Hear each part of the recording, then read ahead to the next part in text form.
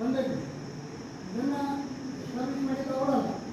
ಆದರೆ ಅದೆಲ್ಲವನ್ನು ಇಲ್ಲಿ ಕಾಂಪಿಟೈಸ್ ಆಗುವಂಗೆ ನಿಜಗೊಳ್ಳುವಂಗೆ ಮಾಡಿದ ಕೀರ್ತಿ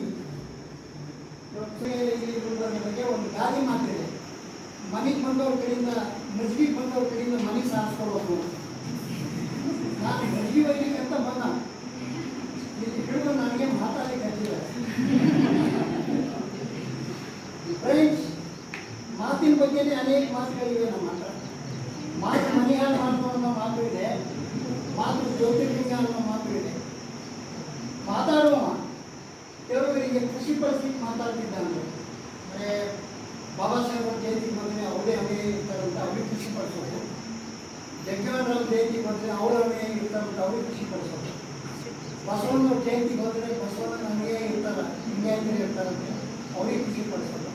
ಅಂದರೆ ಎಲ್ಲಿ ಮಾತಾಡಲಿಕ್ಕೆ ಹೋಗ್ತಾರ ಎದುರಿದ್ದವ್ರಿಗೆ ಖುಷಿ ಪಡಿಸ್ಬೇಕು.